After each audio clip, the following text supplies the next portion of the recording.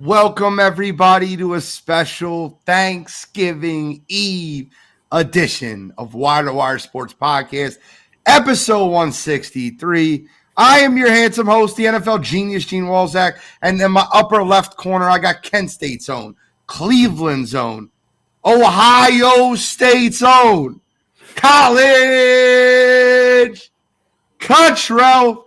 What's going on, gentlemen? It's about to be a great weekend. We got a little appetizer early on last night. Cavs got the win in overtime over the Sixers. So that's just the beginning of it here. We're building up to this upcoming weekend, and it's looking to be a glorious weekend for one of us here shortly. What do you mean appetizer? The Cavs got to win over the Sixers. What do you just teams that I follow, that I root for to win. So you think Cavs, it's a great weekend. Cavs win that game. A regular season game, and they're in fifth place in the East. Well, we're playing. We played the Sixers. It was an in-season tournament game. It's just a great first. Now that's something you care about. First step. Just wondering. We all talked about it being a joke, and no one cares. It is a joke. It is a joke. Now it's something you care about. If we're gonna play it, I mean, of course I want to win it. I don't care too much about it. It's still a joke, but sounds like compete. I'm not gonna lie to you. Sounds to me like he's trying to brag that his team got a regular season win when they haven't won a playoff series since LeBron left. It sounds to me like your team was on the wrong end of defeat yesterday. That's what it sounds like. I think we're in second place. You're in fifth. Did you lose yesterday? We did. Okay. Regular season games. We're not gonna go 82-0, brother. No Donovan Mitchell either. Hey, good win. Good team. Hey, no Kelly Oubre. Same thing. Rehabbing his accident injuries. In the upper right corner. Accident, eh? I got Scholastic Shally. Uncle Shally. U of M Shally. It's Mr. Cheat on your girl. I'm kidding. Shally, but the cheetahs are out. Mr. William Shallcross. What's going on, boys? I don't want to Thanksgiving. I don't want to call you a cheater too much tonight. But with all and more information that continues to come out, I will put out a personal guarantee that this will be the last season that Jim Harbaugh coaches at Michigan. Okay. It's a personal guarantee. What a topic should be? What NFL team he's going to join after he gets thrown out of college football? The Chicago Bears. He won't get thrown out. He's going to leave and not have to deal with the sanctions of it. What NFL team do you think he'll join, Bill? I mean, I think if he does, Chicago's, I think, is obviously going to be a job that's going to be open. You don't think Matt Eberflus is doing a job? I do not. I don't think Matt Eberflus is getting the best out of his players. No, not at all. I think that's safe to say. Trying to think who else is. I would say I'd love to see him. If he's from the West Coast. He's had success there before. I'd love to see him go coach Justin Herbert. I think everybody would be really excited about that. I think those are the two teams that I think you're guaranteed to have job openings on. I don't know if anybody else is. Maybe Atlanta. I don't like that job though without a quarterback. Obviously, Chicago and the Chargers would be way more attractive, knowing you have talented kids in that position already. We're going to recap some NFL games, but speaking of the Chargers once again figured out a way to lose a football game. They did. Now, listen, I will be clear when I say this. They had a lot of miscues on that football team. Austin Eckler fumbled inside the 10-yard line. Keenan Allen dropped a touchdown pass that Cottrell would have caught. Quentin Johnson, Mr. First-round draft pick, dropped a ball that was placed in his hand. Yeah, but the big one was the one placed in his hand. Yeah. I think the Chargers are just a walking mess. and it's funny to watch. It's just not funny when I pick them in my pick 'em and they lose because they can't catch the football. But I will say this. Did you not see Austin Eckler? Like, I've never been really fast, right? But, like, you want to talk about a guy that's lost a step. My man's lost a mile. He looked like he was running in quicksand. You're talking about that play, that run to the left. He was running looked like he was running quicksand, not going to lie. Like, he lost a mile. He hasn't looked like the same player all year, for being honest. No. But we got a lot to talk about. Let's recap a little NFL last week. That wasn't even the worst drop ball of the week. Monday Night Football. Philadelphia Eagles at Arrowhead. First half, it looked like we were just going to get dominated that football game. Spags had the game plan. They took their best cover corner and were blitzing them off the edge every friggin' play. Cover 0, coming after the quarterback. 5 sacks for Jalen Hurts in the first half. They ran the ball for 100 yards in the first half. The Eagles were allowing 64 yards per game on the ground. They ran for 112 in the first half. Mahomes was getting anything he wanted. Then the second half hit. And I will say this. I'll be very clear. I'm going to give Sean Desai his credit. I want to give the Eagles offense their credit. They definitely made some adjustments. But, man, Marquez Valdes-Scantling, for being that much of an athlete, that guy stinks. Blows by Bradley Roby. He's got a 5-yard separation. The ball is put so on the money that you couldn't help but catch the ball. Dropped it. Minute 50 left in the game. Who knows what it would have happened? They could have won the game there. The Eagles could have came down and kicked the field goal. Could have went to overtime. Eagles could have came down and won the football game. But I will say this. Kansas City Chiefs fans, not very happy. Not very happy about that. Travis Kelce fumble. Is it time for the Chiefs to panic a little? Yes. I mean, I think that's the easy answer is yes. Obviously, you still have Patrick Mahomes, and you know you're one drop pass away from winning that game, and people are probably looking at you. Well, going ahead in that game at least, and people are looking at you like, "Hey, you're still the favorites to come out of the AFC, and you just beat who a lot of people think probably should be the favorites to win the Super Bowl this year." So I don't want to just go full-fledged panic mode, but at the end of the day, you saw what the Eagles did to that Chiefs offense in that second half. It was you bracket Travis Kelce and make one of those other guys beat you.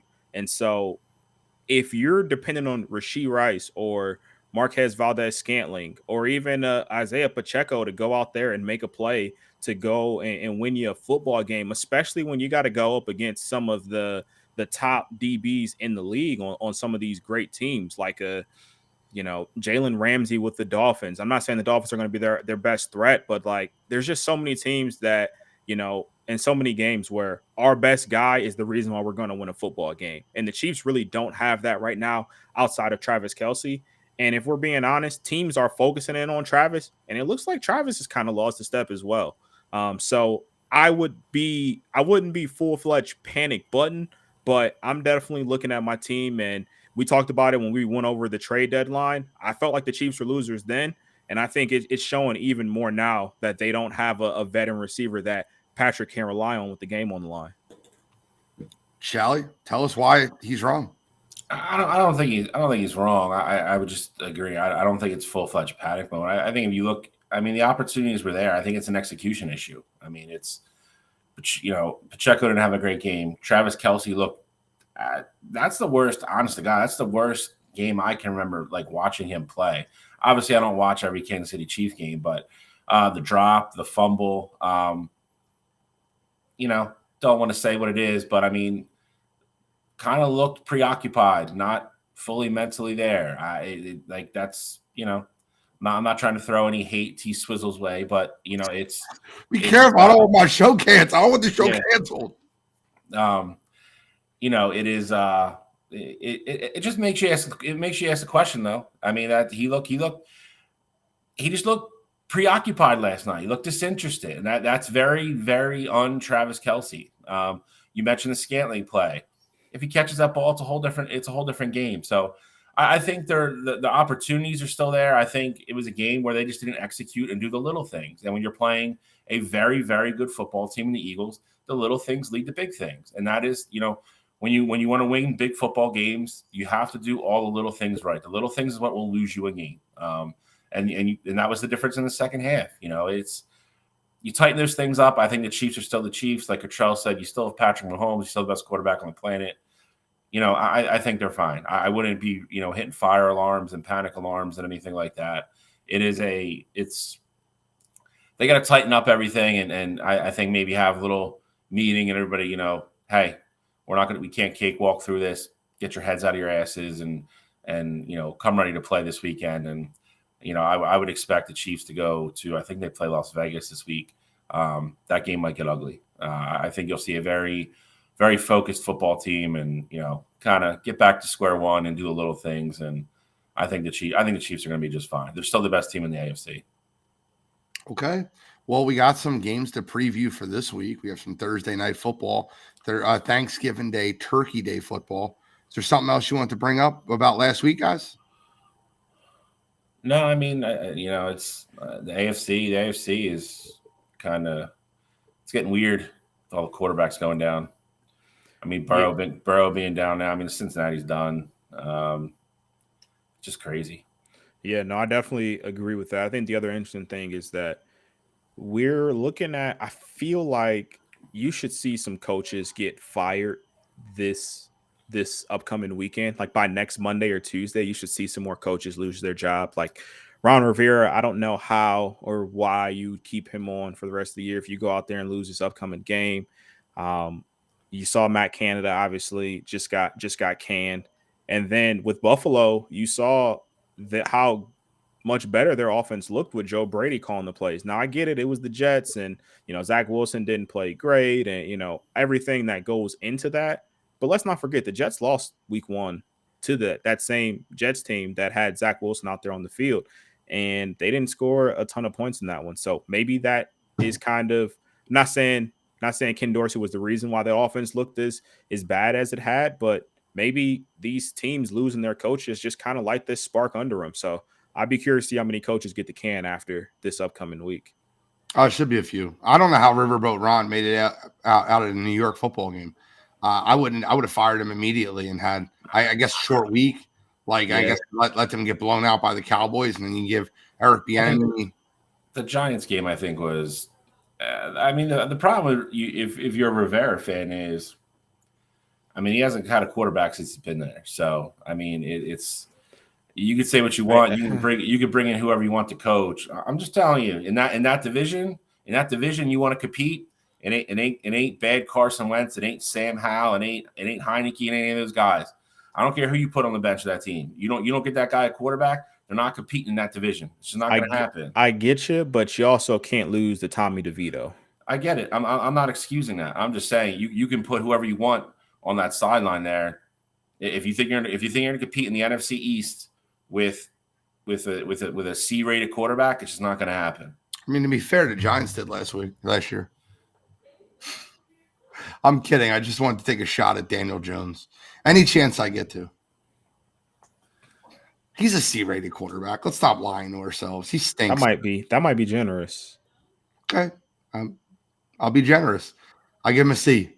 But we got a lot of coaches that are on the hot seat right now. Matt Canada getting fired is honestly, I don't know why we didn't get on top of the South Park meme and getting to blame Canada and then having photos of them. And that would have been viral. We should have did it. We didn't do it.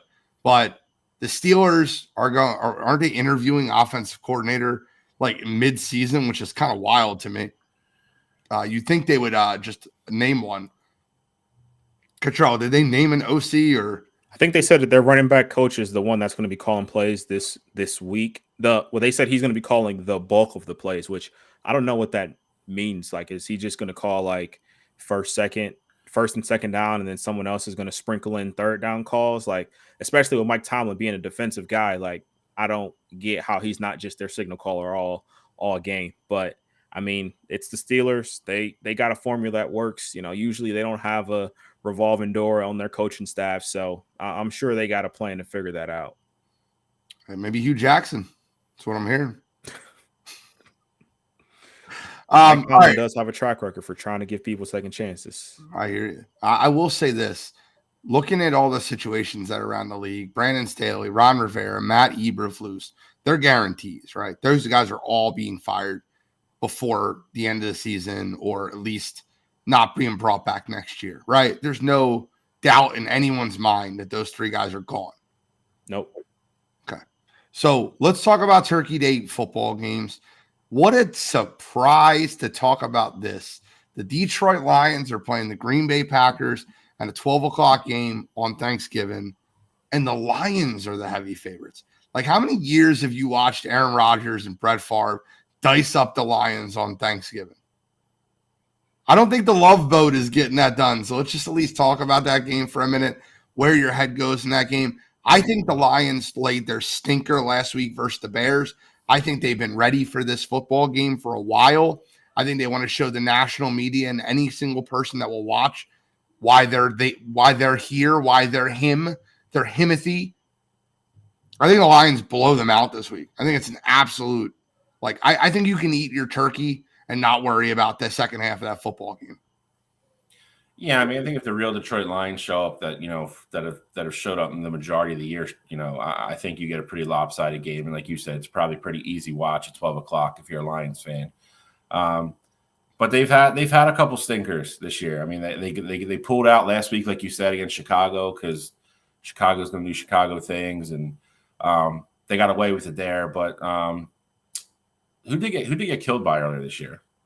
Baltimore. They got the Baltimore. Yeah. They went to Baltimore, got smoked. I do think they're trying to solidify their place. Everybody in the NFC just kind of conversation starts with Philly and San Fran, and you still get all the Dallas crazy people. And then it's kind of still Detroit, which is, it's. I think they're trying to still, fight for the respect. But I agree with Gene. I don't know if there's a ton to talk about in this game.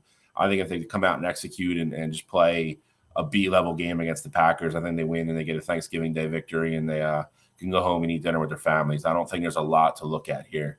I think they just got to clean things up and do what they normally do, and I think they're fine. Cottrell? Yeah, I mean, I agree 100%. I mean, I think this is a game where the Lions know exactly what they need to do, and Chicago really caught them slipping. I think that was a perfect game to try and catch the Lions, and then they ultimately still pulled it out. So I don't think they're going to come in with more of a relaxed mindset. Like, had they blown out the Bears last week, I do think this could have been a situation where maybe, Green Bay catches the line slipping a little bit. But having that scare last week, I don't think you're going to see Jared Goff struggle the same way. Plus, Derek Dempsey said it as well in the chat. Aaron Jones is banged up. A.J. Dillon's banged up. And Jordan Love isn't playing the same caliber football that he was earlier on in the year. So I like the Lions to roll in this one, and I don't think this one's particularly close. Next game on the docket, the Cowboys do nothing, beat up on bad teams. They don't have a win versus a team that's over 500. They're playing another team under 500. They have the Washington Commanders fresh off that Tommy DeVito debacle and losing to the Giants. How you see this one, Cottrell? So I'm rolling with the Cowboys here as well. Actually, it's going to be one of my picks. I'll give you a little insight on that. The Cowboys, I said it last week when I picked them over the Panthers, and you just hit on it as well. Cowboys are notorious for beating up on the bottom feeders, and Dak Prescott's going to probably, I think, submit his name into the MVP discussion after this upcoming game. Doesn't deserve to be there, but that's where it's going to be. He's going to put up 4 touchdowns. It's going to be on national TV. Everyone's going to be watching this game. It's Thanksgiving. So I'm telling you right now, you're going to hear that chatter of, is Dak Prescott in the MVP discussion? So, but I got the Cowboys winning big. Shally.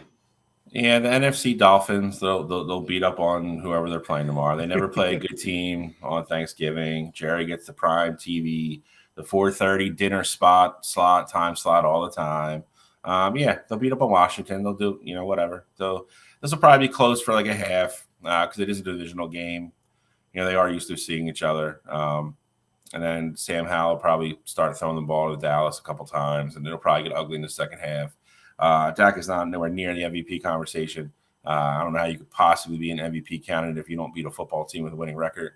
That's kind of crazy to me. But yeah, I mean, he'll stat pad this game just like they always do.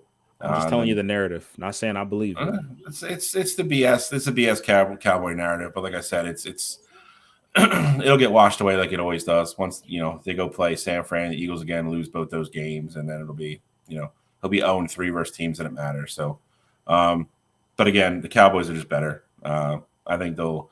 With Washington having no real pass rush now, I think Dallas will do what they want offensively, and the defense is just going to pin their ears back and go against that Washington offensive line that's beat up. And like I said, Sam Howell's probably good for at least 1, if not 2 picks. Game gets ugly in the second half. Cowboys roll. I don't know how. I don't know why. But I'm telling you right now, Washington plus 13.5 is a lock.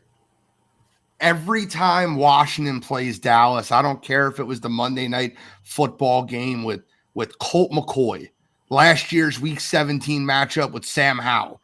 When Washington plays Dallas, those games are way closer than they ever should be. And most of the times, Washington comes out looking like roses. I love Washington in this spot. I really do. Coming off the worst loss they could possibly have, losing to Tommy DeVito, playing the Cowboys on Thanksgiving Day. I know this will be a rallying cry for Eric Bieniemy, for Ron Rivera. I think Washington comes out and smacks him in the face. This might, I'll tell you right now, it's like plus 600. I'd sprinkle money line. I'm telling you right now, Washington's going to keep this game close. Book it. You'll be able to cash this game out at halftime. Washington keeps it close. My only thing, though, is that I think everyone in that lot, Washington plays football like they've given up on Ron Rivera. Like, when a team has their coaches back in certain situations, like even think back to when Anthony Lynn was with the Chargers that year that they won 7-9, and then he ultimately got the boot. They were still playing hard for him. This Washington Commanders team earlier on in the year was like, okay, the offense is looking explosive. Like Sam Howell maybe he's better than what we thought he was. This team looks like they've quit on Ron Rivera, and I think they know it's a matter of time before he's gone. And so I'd almost wonder, do they want to – I'm not saying they're just going to go out there and throw the game, but are they ready to have that change happen and just get Eric Bieniemy to lead their group? Can I tell you why I disagree with you there? They played the Seahawks, a 29-26 game the week prior. They beat the Patriots 2 weeks prior, 20-17.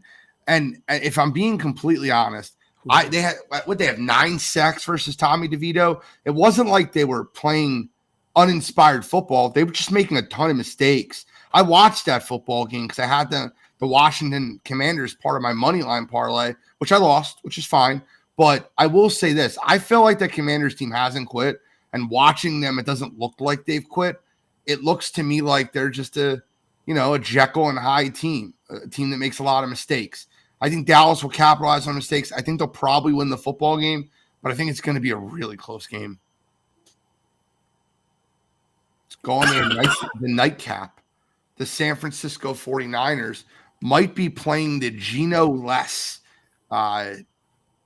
Seattle Seahawks. What do you guys think? They moved in Seattle. The Seattle Seahawks always play San Fran tough. The spread, I think, is 7, if I'm not mistaken. What is your thought process on this game? Start us off, Cottrell. I think that Vegas knows something that we don't, because even with Geno playing, like I think with Geno playing, I can understand that spread being there. But with so many rumors of him not, being able to go and just their limitations and how Pete Carroll's talked about him, I feel like Vegas knows something that I don't, because I feel like this line should be, you should be looking at an 8.5, 9.5 kind of point spread in this one.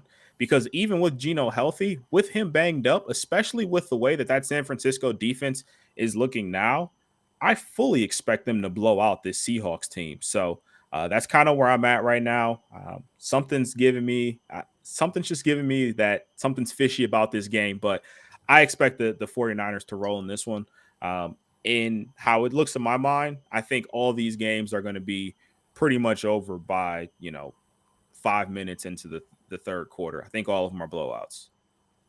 Shall I think 7.5 is kind of on the money if you're assuming he's playing. I don't get fishy there because, like Gene said, Seattle is one of the places that San Fran notoriously does not play real well in. And Seattle always plays them tough there. They play everybody tough at home. They don't have to rule Geno out yet. I do think if you're going to bet San Fran, bet them now because if they do rule Geno out at like early in the afternoon, that line's going to jump fast. So, I think obviously San Francisco is a better team. They go in and play their game, especially without a Geno Smith. Somebody mentioned Kenneth Walker is banged up. I think he'll probably Walker's not playing. He's not. There you go. No. So they'll go to Charbonnet, but it's Seattle still is a talented offense, but without their starting quarterback against that San Francisco defense, I think that is a big hill to ask anybody to climb in prime time national TV on a holiday. So I like San Fran in this game. I like San Fran also, but I will say this. I don't think that there's a drop-off at quarterback for Seattle if Geno Smith doesn't play. Like, lock it in. Drew Lock goes in there and starts throwing dots to DK Metcalf. I don't think there's a huge drop-off. I think Geno Smith's played terrible this year. Like, don't kid yourself. Last year was a one-hit wonder for Geno Smith. Now, he had a couple decent games in the beginning of the season, but if we're being honest with ourselves, Seattle's not playing good, especially offensively. With all those weapons, DK Metcalf, Tyler Lockett, Kenneth Walker, Zach Charbonnet, Jackson Smith, and Jigba, Geno Smith hasn't looked good. Lock it in. Let's give Drew a shot. I think the problem with Drew Lock is he's going to come in. DK Metcalf will probably love it. Tyler Lockett will probably love it because he loves throwing the deep ball and taking his shots, but he's horribly turnover prone, and that is. I mean, that's what got him out of Denver. I mean, he shows flashes when you watch him play that you're like, if he could just do that and eliminate the really bad interceptions, he's a borderline starter in the NFL. But I mean, that's always been his Achilles heel. He throws a bad interception at a really bad time a lot. And if you're going to give San Francisco on that offense short fields, that's a recipe for disaster, man. And I think the other thing too is that I think it would be different if this wasn't the San Francisco 49ers defense that he was going up against. Like, bringing him in cold pretty much to first start to be against this 49ers team. I know he started in the past, but I think that is tough to do, especially on a short week. So they just listed Geno Smith as tracking the play. So I think I just checked that. Sorry. Regardless, though, especially the way Seattle's offensive line looks in certain games, Chase Young and Nick Bosa are going to have a field day getting after Geno Smith. So I agree. I think at some point you're going to see Drew Lock regardless. I don't know. I think Seattle is going to have a hard time moving the football and creating a rhythm just because they're going to be getting after whoever's back there at quarterback. All right, so we got two games that we must cover on Sunday. Jacksonville versus Houston. This is for the division. The game is in Houston. It's almost a pick 'em. Earlier in the season, Houston kicked the dog crap out of Jacksonville. I think this is a different Jaguars team. I'll start with this one. I really like the Jaguars to go into Houston and knock off the Texans. I think that Doug Peterson and Trevor Lawrence, and I think that Trevor Lawrence and Calvin Ridley finally hit their stride together this past week versus Tennessee. I think Jacksonville finds a way to win a high-scoring game. I have it like 31-20. Jacksonville, I think they'll win the football game, and I think they'll step away from Houston in the division. Oh, that's an interesting take. I think the biggest thing for me is the way CJ Stroud has been playing, and not just the way he's been playing, but the confidence that he's built throughout this season so far. I loved what he said in his press conference at the end of last week, talking about his turnovers and how, yes, those are some things that he does need to fix. But, when Steph Curry misses a ton of shots, he doesn't stop shooting. So I love that he has that confidence.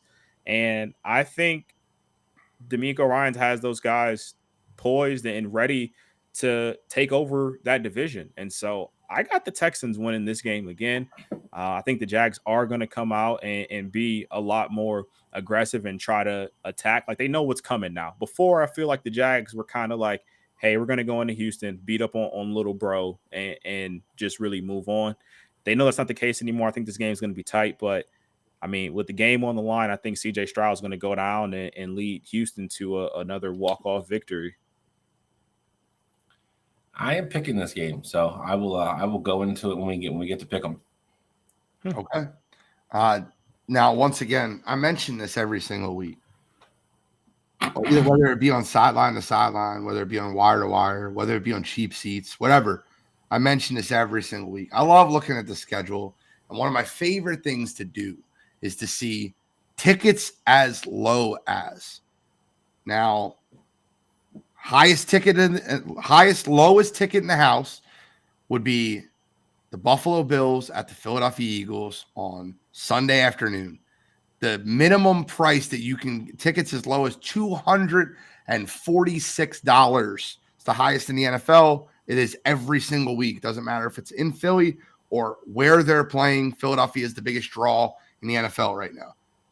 They're playing the Buffalo Bills on a short week. Josh Allen announced he's back after throwing a 7-yard slant that Shakir took to the house and made 16 moves. But Josh Allen's back, right? That was not anything to do with Josh Allen. That was the most ridiculous thing I've ever seen in my life, him claiming he's back after hitting an 8-yard pass that a wide receiver took to the house. But with that being said, the Buffalo Bills coming off a convincing victory over the New York Jets, Joe Brady calling the plays. What are your thoughts on Buffalo at Philadelphia?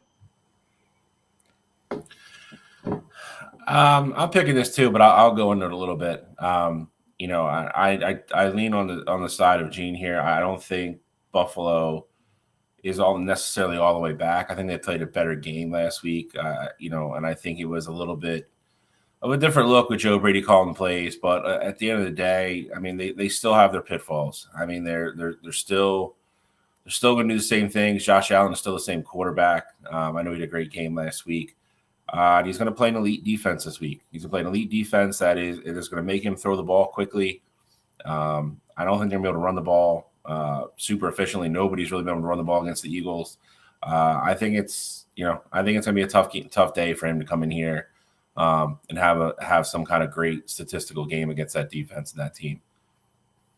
I'm also picking this game, so I'll just go into my whole spiel when we get there. But I will say the Bills, just kind of talking about last week, the Bills need to realize that the Jets are the Jets, and Josh Allen needs to realize that you can't say you're back with the upcoming schedule that you have. Like, we'll know how much you are back here within the next 2 to 3 weeks, because the Bills schedule, their next 3 or 4 games is absolutely brutal. So I think he may have KC and then Dallas. Yeah, like those are 3 games where they have a good shot of losing all 3 of those games.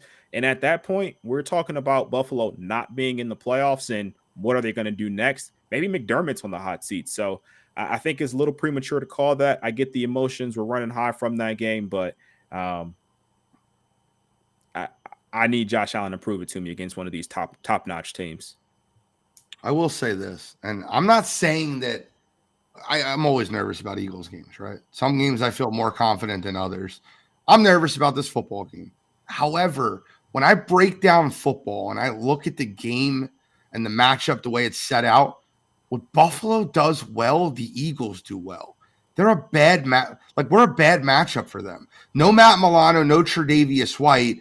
And I think that the Eagles defense as a whole is going to be able to get after Josh Allen and hit him. They can rush the quarterback and they can protect the quarterback.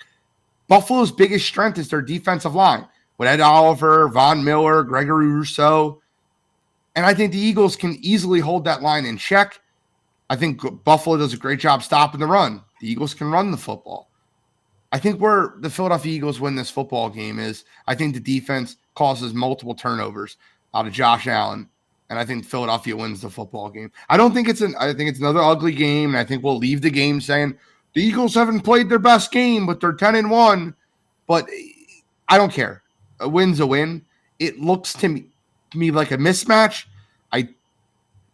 Spread's kind of funny. Are you telling me these teams are even teams? Like, why is the spread 3? It's kind of odd. You're telling me on a neutral field this is a pick 'em? I don't think so. But I'll take Philadelphia in this one. I wouldn't be surprised if they slipped up here. The Philadelphia Eagles are going to lose 1 or 2 of their next 3 games. It's just going to happen, guys. I hate to be the bearer of bad news. They're not going 16-1, and they're not losing any of their final 3: New York, Arizona, and New York. So they're going to lose one. Could it be Buffalo? Could they be looking forward to San Francisco? Could that be the look-ahead game? I don't know. But they are wearing their Kelly greens. I'll take Philadelphia, but I'm hesitant. Let's get into NFL Pick'em. Do we got to throw this up here? This is it's not even that bad. It's not even that bad. James. I was doing a lot better, and now I'm defeated. I'm upset. Shalley's back in the lead, which is nice. It's good to see. What's the order this week, Shal? You know what? I'm going to let Cottrell go first. I'll go second, and I'll let you go last, see if you can get your mojo back so we can keep the show percentage growing here. All right. Well, I need that. I need it because when you pulled me out of the cleanup spot last week, I went 0-3. Can't have that happen. So this is my fault, is what you're saying. Yes, I'll blame anybody but myself. I'm just saying in most cases, you go 0-3. You might not be in that cleanup spot for too much longer. I will say this. It's like one of those power hitters that he has it. He's a little slump, right? I'm in a little slump. But he always comes out of it. Okay. All right, so I'll kick us off here. I'll start with the game, one of the games we just talked about. That's Cowboys versus Commanders. I'm taking the Cowboys minus 12.5. I know, I already talked about how I see that game going. I just think the Cowboys are a much better team, and they're going to be able to put up a lot of points against that Washington defense. And I mean, Sam Howell throws the ball well. He's going to make a mistake. Dallas is going to turn him over. They're going to get pressure on him. I think they cover that 12.5 pretty easily. Next game I like, another one that we just talked about, like the Eagles covering the 3 points against the Bills. I 100% agree with you, Gene. I think that the Eagles are a bad matchup for that Buffalo Bills team. And regardless of where you put Stephon Diggs, whether it be Bradbury or Slay, you're going to take him out of the equation of the game, and you're going to make one of those other weapons beat you. Now, Dalton Kincaid does have the ability to put up some big numbers. I do think the middle of the field can be a little bit more open, but I mean, am I thinking that Dalton Kincaid is going to be the reason why the Bills go in and win that football game? No, I don't think so. So I like the Eagles to win that football game by more than 3. Then the last one I like, kind of an ugly one, but I like the Saints plus 1.5 against the Falcons this week. Saints coming off the bye. Desmond Ridder is back in at quarterback for that Atlanta Falcons team. I think whenever you have Desmond Ridder out there on the field, you got a good chance if you go with the other side. So the Saints being dogs in this one, I think Dennis Allen and company is going to have them ready to go. And this is a game that's really for the division. Right now, the Saints are in first place, but if they lose this game, pretty sure they're going to swap with the Falcons and be out of that spot and out of the playoffs as we sit. So I like the Saints to go in there and win that football game. I almost took that game. That was one of the last games I was looking at, but I don't know. I hate picking against Atlanta at home. That's always my problem. They play drastically better there for some reason, even though Desmond Ridder stinks. All right, here we go. I'm going to start with the hometown team. I'm taking Philly minus 3 against Buffalo. Just like we've already said, I think they're a bad matchup. I think DeAndre Swift has a huge game. I'm hoping they just come out and run the ball and stick with it.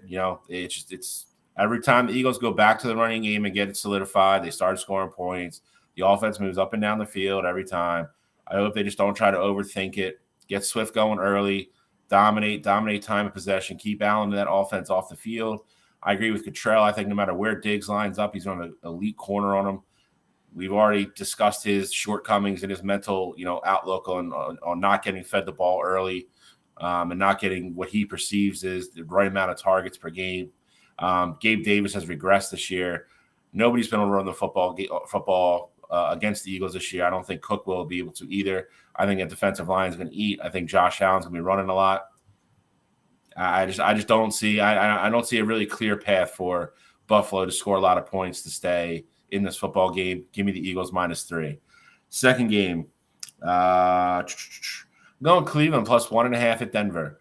I think Denver's been playing better. I know Denver's a tough place to play. That being said, they beat Minnesota and they beat a couple other teams the last couple of weeks. They're going to play an elite defense this week. I think Russell Wilson's been able to make a couple plays against teams that'll give it up. Minnesota does not have a great defense by any stretch of the imagination. Cleveland does. I think they're going to have him off the spot all game long. They're still struggling to throw the ball down the field. I don't think they're going to be able to run against Cleveland. I think Cleveland makes enough plays offensively. I think Cleveland wins a very low-scoring football game, but I'll take the 1.5 on the road. Last but not least, I'm taking Houston +1.5 at home. I think it's for the division. I don't think if anybody looked at this game beginning of the year and nobody had this on their bingo card as being for the division lead, in week whatever week we're in, week 11. It's crazy. I think D'Amico Ryans is going to switch up his game plan from the first time they played him. Going to show Trevor Lawrence stuff he hasn't seen already. And I agree with Cottrell. I think C.J. Stroud's just going to keep firing. I think he's going to keep taking shots downfield. I think they're going to make enough plays to pull one out. So I will take Houston +1.5 at home against Jacksonville. Okay. I'm on the opposite end of one of your picks, Cottrell. I have the Commanders +13.5. I'm taking the extra point that FanDuel has given me already. They're 13.5 now. I'll take the Commanders. Not 13.5 right now. It is. I will show you. The Commanders +13.5 over Dallas. I got the Patriots +3.5, or I'm sorry, -3.5 over the New York Giants. I think Tommy DeVito and that garbage New York Giants team had their day. I'll take the Patriots -3.5. And then I think I'm doing this because I'm a glutton for punishment and because I think it's fun to laugh at my pain. But that's okay. Give me the Chargers +3.5 over Baltimore I think they lose the football game by 3. I swear to you, I think it's going to be a tie game, and I think something's going to go wrong, and Justin Tucker kicks a walk-off field goal, so I'll take the 3 and a hook. Give me the 3.5 Chargers over Baltimore. That's my picks this week. I'm not giving you the extra point, Gene. I'm not doing it. I'm looking I will at screenshot it and send it to you. Washington's 12.5 on FanDuel right now. Well, maybe it's not FanDuel. I seen 13.5. I got 13.5. That's what I'm you're taking. getting 12.5. You guys can do whatever you want. I'm going to screenshot it and send it to the group. Lines fluctuate, my friends. It'd probably be 14.5 by kickoff. That's fine. You just said we are right now. I'm just saying where we're at now. That's all. That's the only reason I even looked it up. You said FanDuel is giving me the extra point. So on FanDuel, we looked it up. It's 12.5. If you ever 13.5 somewhere else, that's fine. All you said is FanDuel. It'll probably be 14.5 by kickoff. Well, we all know it matters what it is tonight. We've all been burned by that. I know. That's my problem. Oh, I got it right here on ESPN.com, 13.5. Please check. I'm not kidding. I'm going to zoom in for you weirdos. Hey, we're against each other here. Please see. Do you see it? If it hits on 13. Right in the camera. If it hits on 13, we're ESPN bet is 13.5. Thank you. I'll take my 13.5. Leave me alone. Cheaters. I'll take my 12.5 then. It's fine. I'm taking my $200 free bet on ESPN bet. They're paying me to say. No, they're not even paying me to say. What the hell am I talking about? Get into college football. I want my 13.5. Damn it. You know what? I'll give it to you. You showed you backed it up. I'll give it to you. I'm just saying. I also showed mine. I'm getting in that 12.5. So may our chips live, in our favor. If it lands on 13, we both win. Yep. We got the college football rankings up right here. No change at the top. Georgia number 1, Ohio State number 2, Michigan number 3. We finally get a change at number 4, and it comes at the expense of a loss of one of the best quarterbacks in the nation. Sad story for Florida State. Their season is basically coming to an end. Really nasty injury. Our prayers go out to Jordan Travis and Florida State's quarterback. So I think we could – I don't know, guys. They're undefeated, so you don't have to put them on the eliminator if you're not following Coast to Coast Saturday. They're basically eliminated, right? I think the interesting thing with the committee moving Washington up is it's pretty much telling Florida State that they need help, and I think it's weird that they waited that long to do it. I understand Washington played Oregon State, which was almost a top 10 matchup, so you have to give Washington their due and give them the credit. They moved up to 4, but it's pretty much telling them now, even if Florida State wins out and beats a 10th ranked Louisville in the ACC championship game, then it's not going to be enough if Washington wins out. So they do have Oregon left on the docket in the Pac-12 championship game. So Florida State needs help now. So I mean, it's kind of crazy for them to be a top 4 team all year and winning and then still win a game. After losing their star quarterback and a guy who was in the thick of the Heisman race most of the year. And then bump them down to 5. So, if you're a Florida State fan, all you can do is take care of your own business. You got to go out and beat Florida this week, and then which will be a decent win, and then go out and beat Louisville, and then it gets interesting. I mean, then you become the biggest Oregon fan in the world. I don't know how that becomes a mess. I don't know what they do there. I don't know. I don't know. I think the easy cop-out is going to be they can put Oregon in even with a loss, even over an undefeated Florida State, because they'll say Florida State doesn't have their quarterback. That's going to be a big argument. I think we're getting closer and closer to chaos here, which is, which makes this time of the year very fun. I got two real big beefs. Oh, I got it. I hope you say the one. All right. So the first beef I have is listen, I'm not talking about the rankings for a second. I'll get into the rankings. But my biggest beef is that for whatever reason, because Jaden Daniels had 6 touchdowns or 8 total touchdowns versus Little Sister of the Poor, they played Georgia State Panthers, and Jaden Daniels played the whole friggin' game. He's now tied to be the Heisman favorite when Bo Nix throws 6 touchdowns in the first freaking half, and they sit him. Like, come on. Because they play Little Sisters of the Poor. Now, the second part, it just bothers me a little bit. It doesn't bother me that much, but I will say this. The committee keeps showing you that head-to-head matters so much, even more than Texas looking like shit for the last month, and Alabama looking like world beaters for the last month. Both teams have 1 loss. The argument could be made that Alabama's loss is better than Texas's loss. I'm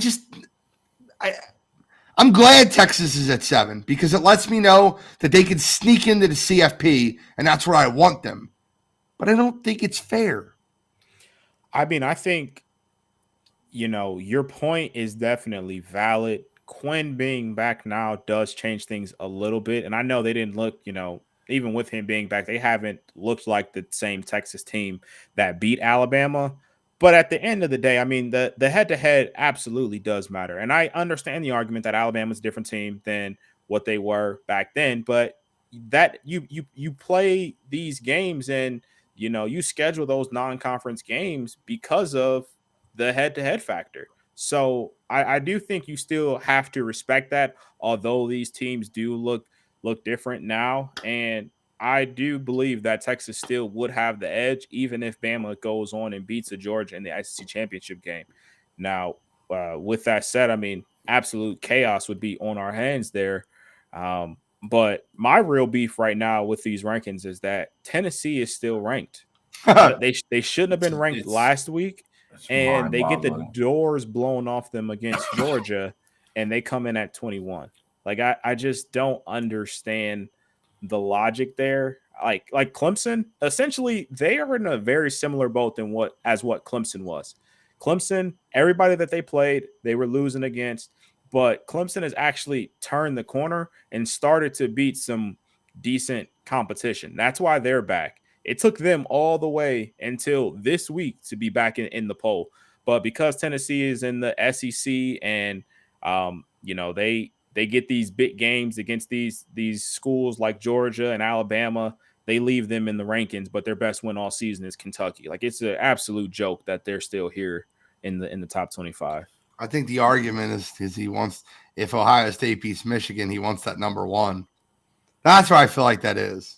No, I mean, it's 100% just resume. Like, if your best win is Kentucky, I don't care who you are, you have 4 losses, you shouldn't be ranked in the top 25. Like, there's no way you can justify that to me. I agree. I'm just being a pain. I feel like the reason that you find such a bone with it, though, is because it's a ranked win for Georgia, and you want the resume to look better for Ohio State. But regardless, it's a ranked win for Georgia because when they played them, they were ranked. Now, I said they shouldn't have been ranked last week, but this week, I mean, they're not playing anybody. Like, there is no stipulation. Like, they're not playing Alabama this week or LSU or Ole Miss to potentially like get them some extra style points. Like, let's rank these teams for what they are. Tennessee is not the 21st best team in the country. I agree.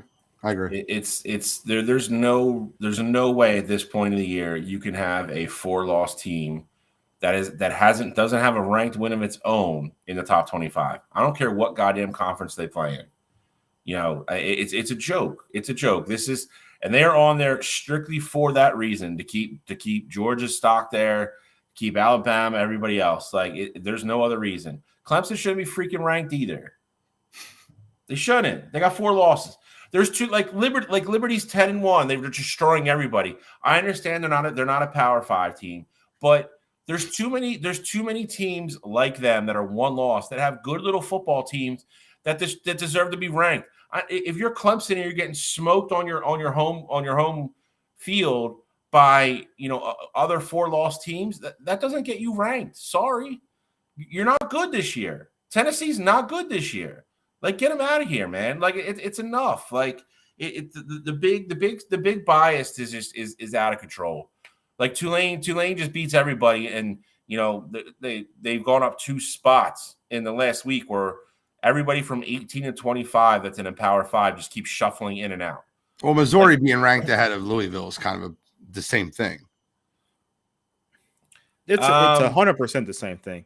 They got 2 losses. Missouri's best win all season has been Kansas State, which is a good win. But you could argue that they should have lost that game, and I've been on record saying that before as well. Louisville's a team, their 1 loss is bad. They lost to Pitt. I 100% understand that. But they also have good wins on their resume. No way that they should be behind that Missouri team. It's basically telling everybody out there that even if Louisville goes and wins the ACC championship game, they are not making the college football playoff. Yeah, and that's a tough pill to swallow. I mean, there's a couple of chaos scenarios here that are in play. Can we talk about it? Sure. I mean, the biggest I want chaos. Here's the good thing if you're me or Cottrell. No matter what happens Saturday, if you win, you're in. So that is, that's comforting. It's going to be comforting to one of us. There's a way that there's not an SEC team in the Final Four. If people don't want to talk about it, and I'm going to tell you right now, if they put it's going to be a tough sell to somebody if they decide to put Alabama or Georgia in over like an undefeated Florida State or a 1-loss Texas or a 1-loss Oregon that are conference champions. You just can't do it. I mean, Texas holds the ultimate ace there. I don't care who's in that goddamn room, who's on the committee. I don't think you can come out and say we're putting Bama in over Texas. I don't think there's a chance that there's not an SEC team in the college football playoff. I don't think either, because I think Georgia's going to beat Alabama. But if Alabama beats Georgia, Alabama's 100% in. And that's so you tough. You get them in over Texas, where clearly they've been talking about. I think it would be the winner of Ohio State, Michigan. I think it would be Alabama. I think it would be the winner of Washington, Oregon, and I think it would be Texas if they win the Big 12. So that's your 4 teams. What am I missing? Florida State. Florida State's not going to write them off. They're done. I agree. But if they go and win both their games, yeah, I don't know how you could say 13-0 conference champion sitting there doesn't get in. And like, I get it. You lost your quarterback when you did. Let's not forget they're going to lose this week, so it doesn't going to matter. That's another story. But they're going to lose this week to Florida. Let's not forget though. Ohio State, first ever college football playoff. Ohio State lost their quarterback before the Big Ten championship game, and they still got in. Now, I get it, there weren't other teams like right behind them on their heels, things like that. But you got to respect Florida State. If they go 13-0, you have to put them in the playoff. I agree. Here's what I would tell you. Beating Florida is not what normally it is. So, we'll pump the brakes on that. But it is still a rivalry game if they get that done. But that being said, if they go to a neutral field and beat the number 10 team in the country with a backup quarterback, they've earned it. Like I think a lot of people in Oregon are going to be really upset if that happens because that's the team that's going to get left out. But then, Oregon has no way to blame it themselves. But I'm saying that's the team that's going to get left out. If Alabama wins their conference and beats Georgia, and Texas wins their conference and beats, and for whatever reason Florida State goes undefeated, then Oregon's going to be the team they leave out because they're going to look at the Alabama win over Georgia as the best win out of any of the games, right? They're going to go Alabama over Georgia is the best win, and then they're going to go Texas beat Alabama head-to-head. So who could we leave out here? Oh, we could leave Oregon out. And they'll do that.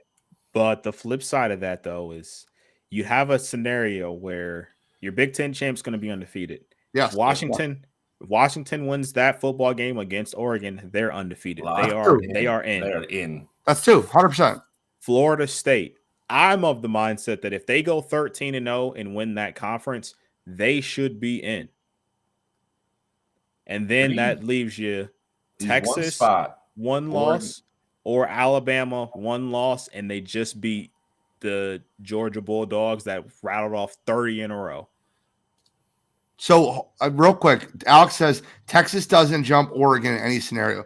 Alex, I'm telling you right now, they can because the way they'll do it is you want to talk about SEC bias, it'll piss you off so much because they'll make an argument because Texas beat Bama, but they have to put Bama in because Bama, like roll tide. You understand? So Oregon will be the team that gets left out if that happens. Here's the thing. I brought this up last week on Coast to Coast, and Alex gets mad at it. You put a blind resume up, you put Alabama against Oregon's, and it's not close. Oregon's best win right now is Utah. Slice it however you want. Alabama has a better resume. And because Texas beat Alabama in Bama, and if they win the Big 12, they beat Oklahoma, they avenge their loss, they're going to – I'm telling you. Yep, I agree. Okay. Yeah, I agree too. But I'm here for the scenario of you have three. Alex, I'm sorry. Stop watching right now while I say this. I'm here for the scenario of us having 3 undefeated conference champions. You got a better chance of seeing God. That's not happening. I agree with you, but I'm saying that's a scenario that I want to be signed up for. And I want to be signed up for madness. I can't wait. I cannot wait. Madness gets kicked off without a doubt if Bama beats Georgia.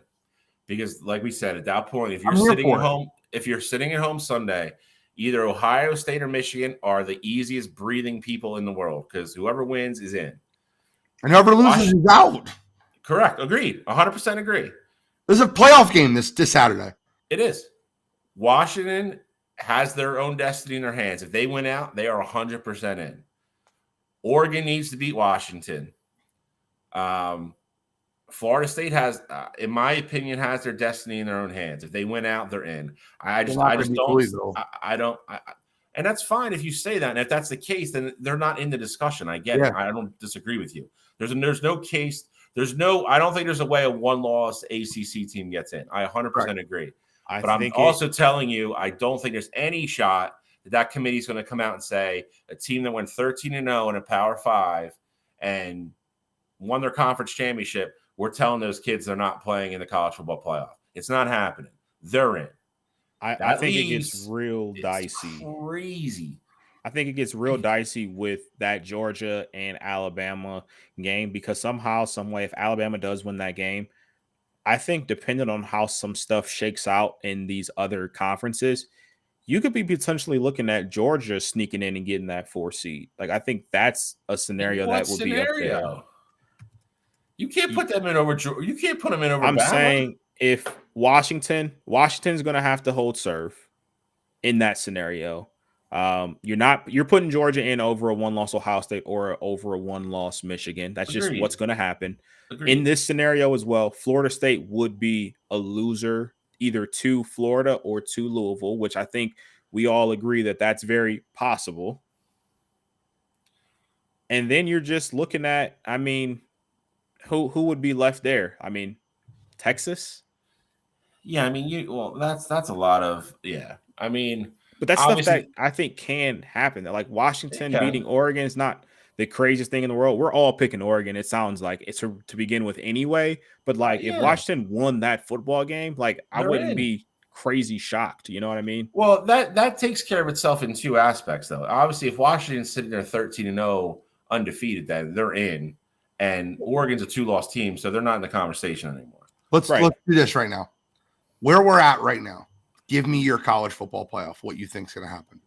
I'll go first because I thought about it already, and I'll give you guys a second to think, right? Georgia 1, Ohio State 2. Mark that down now. Oregon 3, Texas 4. Gene, I agree 110% with you. That's my exact 4. I think Oregon is going to handle business against Washington, and I got Texas avenging their loss. And I think Florida State loses either this week or next week. That's my mine's gonna be exactly the same except for number 2. So it'll go Georgia, Michigan, Oregon, Texas. I feel like I'm like like last year I was Michigan. This year I'm Ohio State. I feel like that I'm like the teeter of your group, right? This matchup. The game is on Saturday. Let's start previewing college football. We can't preview the game first. We got to preview the 2 appetizers, right? You don't have your turkey before you have your little, the shrimp. You have the shrimp. I don't know what you guys have appetizers. We get the chips and dip, but the turkey is the meal. So let's talk about, maybe we could do it like this, right? You don't have your pie first. Maybe we could do the, Oregon State last and then do in the middle. Little turkey, appetizer, main event, little dessert action. Oregon State's like the stuffing, not quite the top, but still important. It's an integral part of everything. Pumpkin pie, damn it! Pumpkin pie is dessert. Not gonna lie, pumpkin pie, brother. For Oregon, this is also a playoff game. I know we're gonna break it down, but this is another, because if they lose here. Doesn't matter. We're all playoff games, though, Cottrell. But my point being is there's a game where one team is in and the other team is out, and that's the game, right? So like they're all playoff games, right? If Alabama loses this week to Auburn, they're out, right? Like they're all playoff games. Yeah. No. However, there's one game where almost certainly one team is going to get eliminated, and almost certainly the other team has already booked their ticket. Yeah. Unless something crazy happens in the Big Ten title game, where to get blown out by Iowa or they're both. I looked at the go-ahead line. 21.5. They literally have them both ranked as a 21.5 point favorite of Iowa. It ain't happening. Iowa's getting the dog shit kicked out of them by whoever gets there. I'm ready to talk about college football this week. Let's start with the Iron Bowl. Is that okay? Absolutely. Sure. Alabama. This is like the spinach artichoke dip on like the appetizer table. This isn't even a main course game. I think this is carrots, no dip. Damn, no dip. You got veggie tray. The dips all ran out. You got to consume it, but you really don't want to. Is that what we're talking about? Like the food's still in the oven. You got like hour and a half, 2 hours before dinner's ready, but like just grab a carrot off the plate. You didn't have any breakfast. You need something. So you grab your dry carrots and you got to just make do. Aunt comes out and refills. Like when you have the cheese and pepperoni and crackers tray, and the cheese has been sitting out for too long, but you're kind of hungry, so you grab a stick of that cheese. And you're like, probably shouldn't have did that, right? Like, gotta eat. All right. So I don't think this is a game. Although I will give Auburn credit. I will. Because every single time they play this game, it seems like they show up. And the funny part of it, like the part that kind of stands out to me even more, is they show up even more when the game is in Auburn, right? This game is in Auburn. Could there be a crazy upset? Little Gene Chizik action from back in the day? No, I don't think so. But let's break it down. Cottrell, start us off. So, I mean, this game is interesting because last week, Alex, got to give him all the credit in the world. He used New Mexico State as his super dog pick, and they blew the doors off Auburn. So, obviously, you don't need any extra added motivation. But coming off of that loss when you were 21-point favorites and you get absolutely abused in that game, I do think that adds to this game even more than it normally would. Now, with that said, this Auburn team just isn't that talented. And with the way that Alabama's looking right now, I just don't believe that they're going to let an Auburn team get in their way. So I have Alabama winning. I do think this game is going to be somewhat competitive. I think the spread's probably about right where it needs to be. I think Alabama wins by 2 scores. I don't know if it's 14 or if it's 10, but I think Alabama is going to fully have this game in control. But Auburn's just going to be the annoying team that kind of just sticks around. Peyton Thorne is going to be his last game in college football. I do think that is going to mean something to him. He's going to leave it all out there. But at the end of the day, I think Bama, what they have and how they're playing right now is going to be too much. I think Bama wins this one like a 34-20 kind of game. I think Alabama's going to roll. I think, I don't think anybody had the old. Can you say it? No, they're going to what? No, I'll say it later. I'll say it later for you. I don't think there's going to be any magic in Jordan Hare Stadium this weekend. I don't think anybody had the New Mexico State, trap game on their bingo card this year for Auburn, getting smoked at home before the Iron Bowl. But listen, I'm going to disagree with my man Cottrell on this a little bit. I think Alabama wins big. I think 14.5 is light. I think Nick Saban is telling those kids, you're playing for your lives this week again. We need style points, no let up, get them ready for Georgia. I don't think there's going to be any mercy in this game either. I think if they can score 45, 50 on them, they're going to try. I think Milroe and company keep on going. They don't slow down. I like Alabama big. Okay. I like Bama too. I was just trying to lead up, just trying to do some foreshadowing. I like Alabama. I don't want to get too far into this one. I guess we go with the side, the mashed potatoes. Sorry, Alex, your side this week. Best side there is. Yeah. So we'll go Oregon State. Oregon's a 13.5-point favorite, which I find very interesting considering they were just a 2.5-point favorite over Washington this past week. And they kept the game rather close. It was 22-20. Your thoughts on this game? I don't think Oregon's on any real upset alert. Could they be looking ahead to the Pac-12 title game? I don't think so. I think the rivalry games that these teams are going to be going through, the little Civil War action that we're going to see. I like Oregon to roll in this one. They're playing at Oregon. I think that they win the football game rather easily. I like Oregon at home too. I don't know if I would put the 13.5 on the line. It is a rivalry game. It's kind of a weird situation where neither quarterback is actually like kind of really part of the rivalry. Both transferred in, but you learn to hate people quick.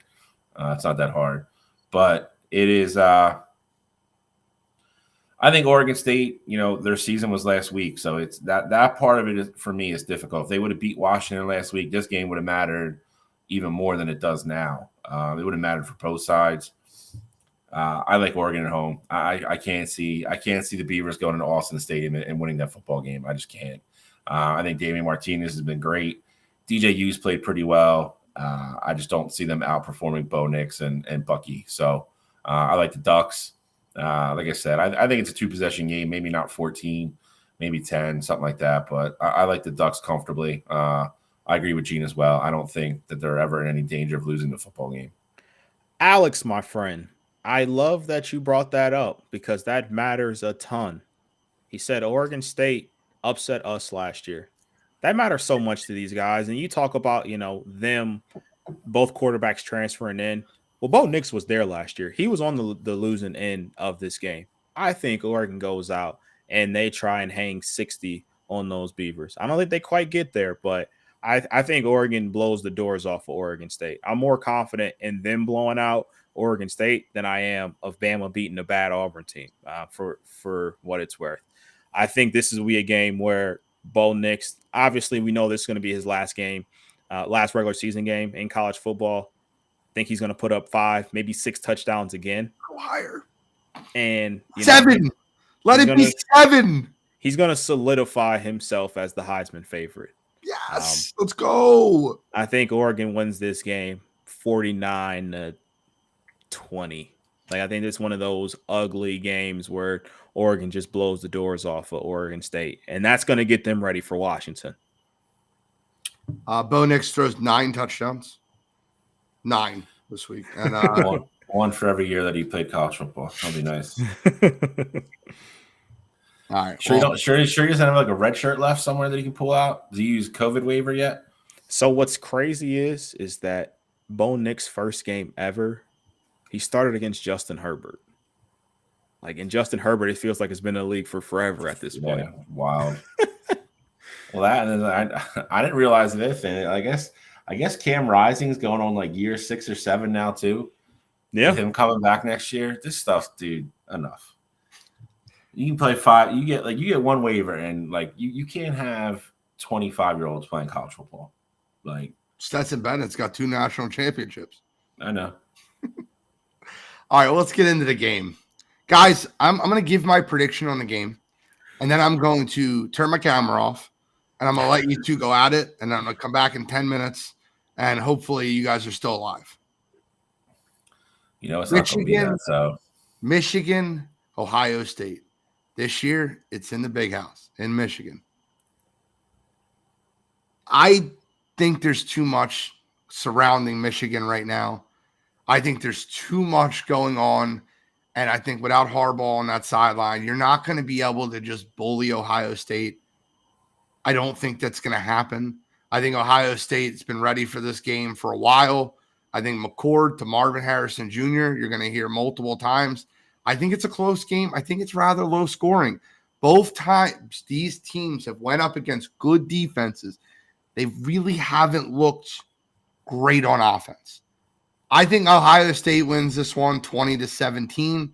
I think they have the ball as the game ends, and they're kneeling the ball down. I don't think they're ever in real jeopardy. I don't think Michigan's ever in the red zone or in Ohio State's within their 30-yard line in the fourth quarter. I think Ohio State pulls this one off. I have Ohio State 20, Michigan 17, and I will now allow you to fist fight. Guys, I don't care that you guys think you guys are friends. You're not friends this week. You're supposed to hate each other.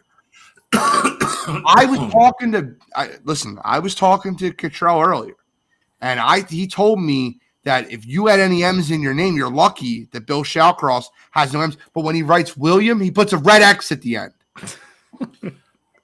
So take that as you may. The silence, I'm ready for it. Go. Hold on.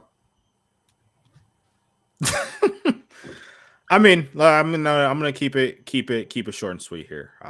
Obviously, Ohio State has lost the last 2 years, and for a lot of the guys who are true seniors, they haven't beaten Michigan yet. You have, I think, maybe 4 or 5 players on the entire roster that have a win over Michigan, and as it sits now, that's kind of crazy to think about because Ohio State was winning pretty much every year for a good amount of time, at least in the recent years. So I do think a lot of these guys came back to school because not only did they want to win a national championship, they came back to beat Michigan. Cade Stover's back. He's a senior this year. Tommy Eichenberg, he came back. Would have probably been a 2nd or 3rd round pick last year, but he came back. I think they're going to go out there and they're going to dominate this football game. I do think it's going to be lower scoring, but I think they have that chip on their shoulder about not being this tough and imposing team. Because let's call it what it is. Michigan had been tougher in the trenches the past 2 years. I think that is going to have that chip on their shoulder, and they're going to run the football. And the one big difference from this year as opposed to last year, Travion Henderson is back. So you have your heavy hitters and your home run hitters over there for Michigan with Corum and Donovan Edwards. Travion Henderson will be that home run guy for us. When you need a big play, he's going to deliver. I got Ohio State winning this game. I think it's going to be 23-13, lower scoring game, but I think Ohio State punches their ticket to the Big Ten championship. So all those narratives are nice. I love the sentimental part of it. Michigan has guys that came back, not because they hadn't beat Ohio State, because, they thought they had a chance to win a national championship. Talented, both teams are talented. It's going to be the little things. It's going to be the same. It's going to boil down to the same thing it was the last 2 years. I think Gene brought up a good point. With both their offenses, when they play in elite defenses, they slow down a little bit. I think that's true. I mean, I think our team looked a little bit better against Penn State than Ohio State, but it's very minimal. We had to play them on the road. That being said, I think the one huge advantage we have is at the quarterback position. JJ went to Ohio State, went to the Horseshoe and already won. It's Kyle McCord's first start in this rivalry. He's going to the big house. It's going to be loud. It's going to be nasty. The one thing I disagree with Gene on, not having Harbaugh there. Harbaugh doesn't call the plays. Sherrone Moore does. So the play calling is not going to be any different in this game than it would be the other two. I think his presence not being there will be felt and could be an issue or could be a detraction. I'm not going to disagree with that, but it's not going to affect the play calling at all. I think it boils down to execution. I really do. I like our guys better. I think Marvin Harrison is the guy they got to contain. I think Travion Henderson is talented and great as he is. I think he'll have a good game. I don't think he has a great game. I think Edwards is starting to hit his stride. Blake Corum's doing his normal thing. I think that offensive line is going to dominate just like it did the last 2 years. I think Michigan wins. I think Michigan wins 27-21. And I think Ryan Day firmly gets put on the hot seat. And it gets real interesting what goes on over in Columbus. I will say neither one of these teams, up until last week when Michigan did it for the first time this year, but we almost seen a game with Ohio State, Michigan, with neither team allowing 20 points from the opponent all year. That's 22 games, and 21 of them, their opponents had less than 20 points. Last week, Maryland scored 24 versus Michigan. Granted, probably a look-ahead game. I get it. But I will say this. These are the two best defenses in the country. I think both defenses are better than Georgia. I'll take Ohio State over Michigan here, but I think it has a lot to do with the leadership on the sidelines. And you could say whatever you want to say about the play calling or this, and that. But I will say this. Michigan's looked great, but they look better when Harbaugh's on the field. And we'll see how they respond too when they don't know what play's coming. So, I mean, that's going to be the true test here. You guys had our signs last year and we still beat you. So I guess the same goes for you guys too. Those reports come out, after the fact, Here we go. I get it. Nobody's even denied it. We weren't at your bottom game. line is you guys had our signs last year. We did everything legal. People confirmed it, bro. You guys had our signs last year, and we still came into your house and kicked your ass. And it's going to happen again this week. And then Ryan Day can go on TV again and cry and say it's this. I don't know. Maybe this year it'll be the weather again because it's supposed to be really cold Saturday in Ann Arbor. He's not going to be able to say we had our signs because we didn't have your signs this year. I'm just saying it'll get real dicey once the game looks very different this year as opposed to last year when you brought back pretty much everybody. But hey, you don't got Connor on the sidelines anymore to say, hey, this is what they're running. They're going this direction. Let's call this over there. Punt block to stop to end the game, and Donovan Edwards went for 80 yards. I understand. What are you arguing about? I 100% understand that. That's one play on the line, and our line still dominated one play. To the house. We're going to see you on baby. Saturday. Nail in the coffin at the Horseshoe.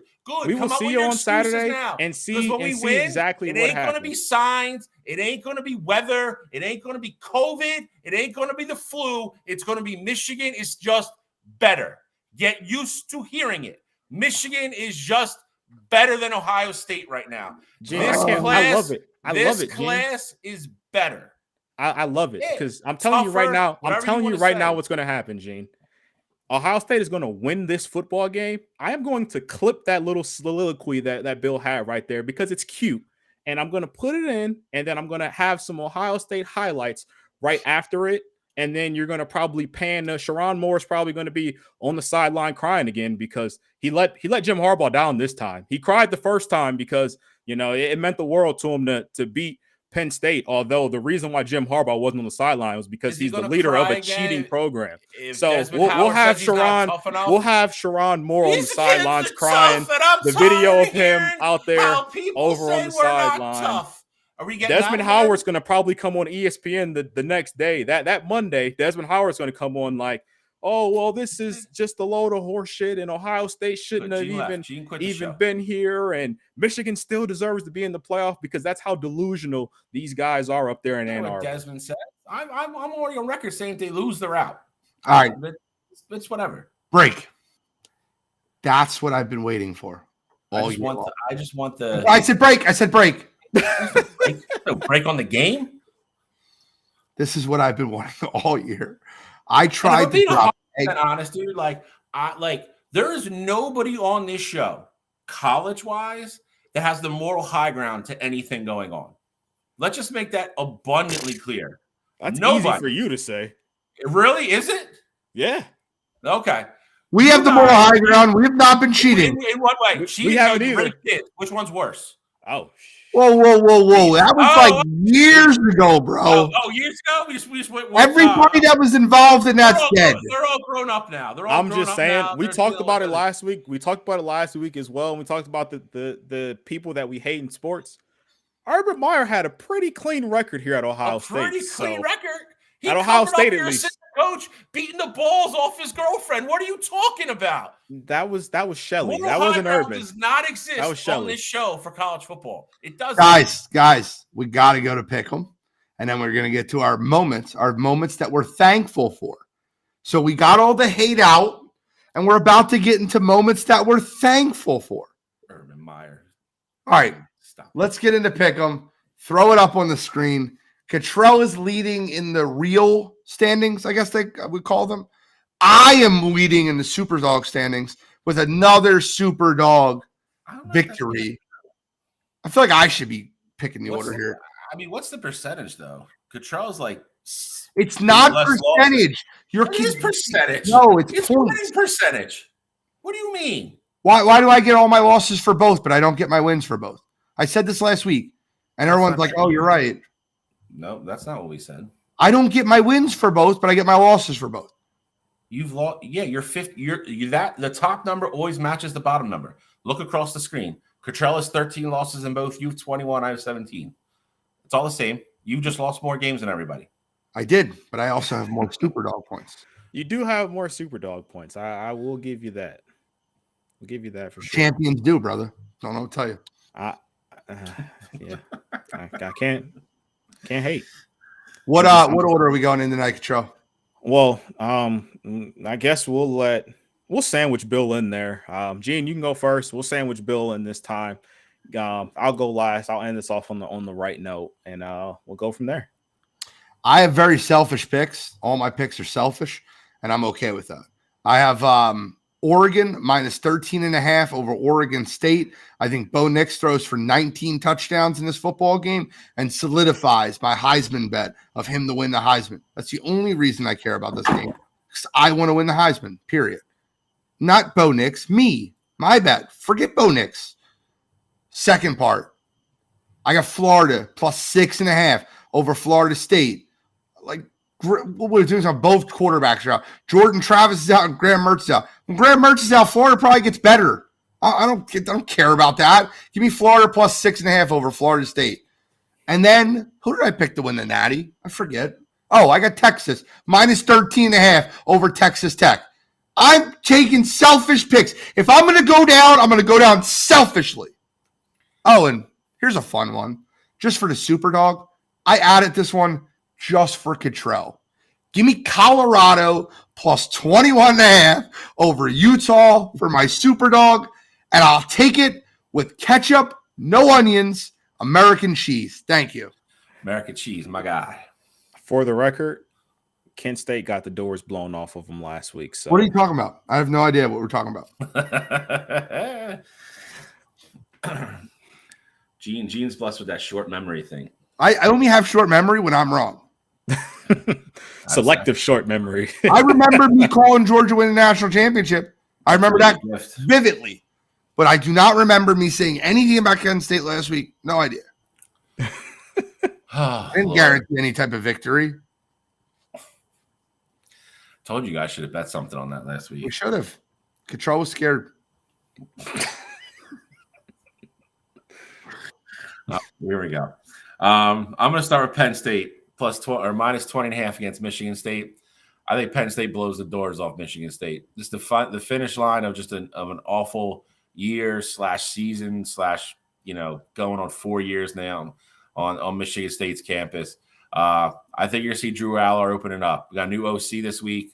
They fired their OC after the Michigan game because they got embarrassed. I think you see Drew Aller throw the ball downfield a lot.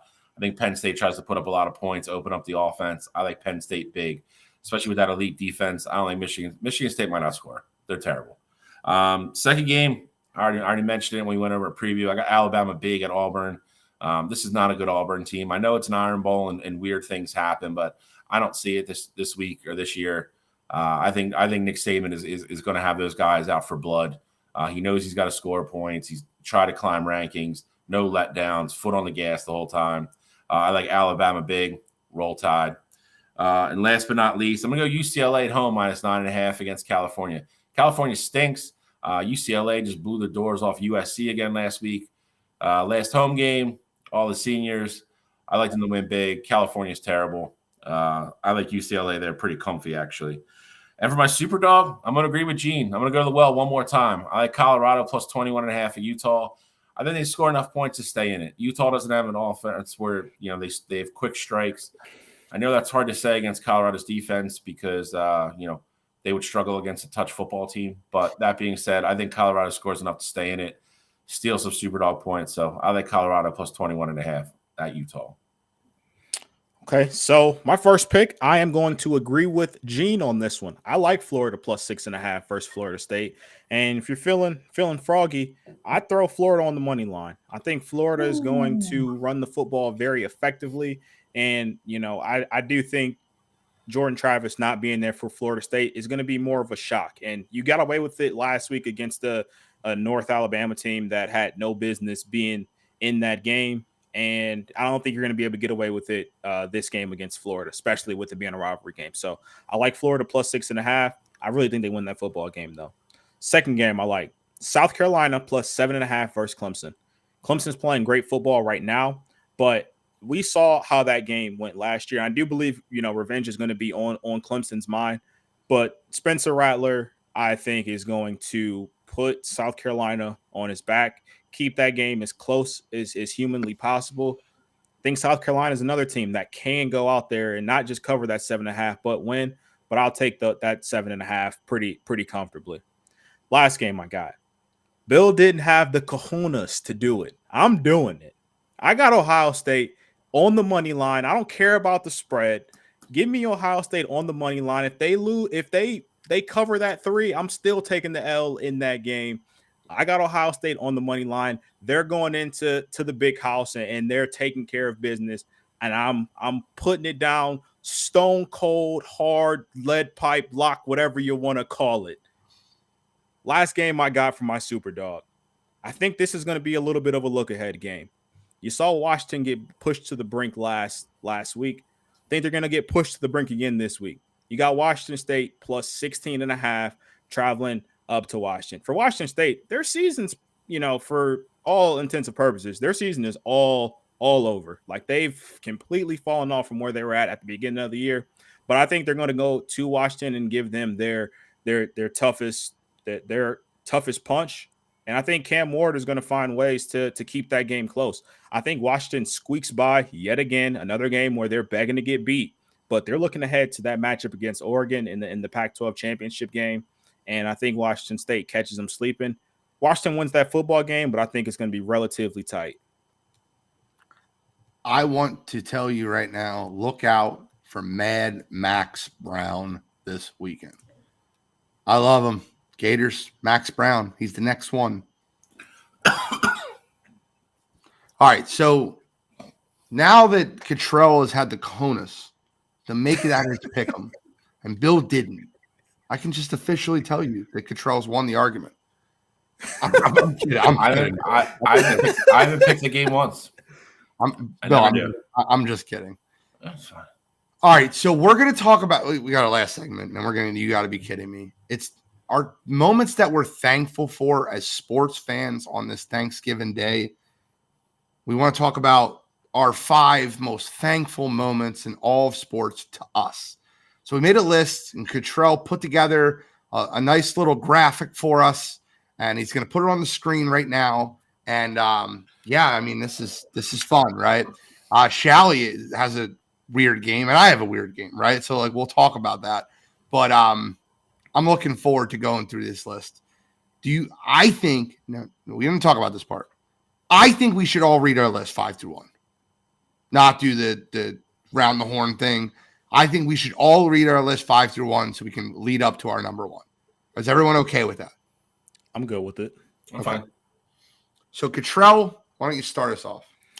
Yeah, so I'll start here with number 5 for me, 2020, that COVID year, Browns versus the Steelers. This game happened technically in 2021. It was the playoff game for the Browns versus Steelers, and this was a game that Cleveland had won. Not only did they win the playoff game, which obviously would have been, very meaningful for me being a Browns fan because I'm so used to seeing that team lose, but it made it that much sweeter just knowing that was Ben Roethlisberger's last game, and that's how he had to go out. Like, I know he's got 2 Super Bowls, and, he kicked our ass for all those years, but the last taste of NFL action that he had was losing to the Cleveland Browns. Same thing with Marquise Ponce as well. So that game is definitely one of those top 5 moments for me. And the moment specifically is when they panned over, I believe the game was on NBC. They panned over to Ben Roethlisberger and Pouncey over there on the bench, and you could see the tears flowing down their face. It was absolutely beautiful. Number 4, I'm going with 2016, the game, Ohio State, Michigan. That game was absolutely incredible. It was one of those ones where literally went down to the wire. And at the end of the game, Curtis Samuel had the walk-off touchdown, threw his arms up in the air, and the streak continued. One of my favorite moments, at least in more recent years, in that rivalry, especially because I remember exactly where I was at, down in North Carolina with the fam, watching on TV. It was great, absolutely great. Number 3 for me, I got the 2008 Beijing Olympics. Now, I kind of cheated here because I got a plethora of games to really pick from here. But that was the Olympics where, Michael Phelps went on. He got the 8 gold medals. That was absolutely, amazing to watch because I was locked into all those events, even being as young as I was. Plus, that was the emergence of Usain Bolt. That was the first time where we saw him on that world stage, competing the 100, competing the 200, and really take care of business there. So those 2008 Olympics were, ones that I'll never forget. Number 2 for me, 2014 college football playoff national championship. You had Ohio State going up against Oregon. Ohio State was there with their 3rd string quarterback, and they captured the first ever college football playoff national championship game. It was great to watch. The game was never really in serious doubt. I'm sure if you let Alex tell it, there was some doubt there, but the game was really never in serious doubt. Loved watching it. I loved that team rally around, being on their 3rd string quarterback there. It was all around great experience. And then number 1 for me, 2016 NBA Finals Game 7. Specific moment, Kyrie Irving hitting the shot over Steph, give the Cavs a 3-point lead, and ultimately capture the first ever NBA championship for that Cleveland Cavaliers team. Meant a lot because Bron came back home. You know, he had always said, like, you know, I want to win a championship in Cleveland. Came back home. He did it. And just being around and being in that atmosphere, being in the city then was absolutely insane. I was at the airport when they came back from where are they? What are they? Oakland at the time. And then also just being there for the parade as well. So number one moment for me by far, 2016 NBA Finals, Game 7. So if you just tuning in, we are going over our top five sports moments that we're thankful for on this Thanksgiving Eve. Shally, I'm going to pass the rock to you for your 5.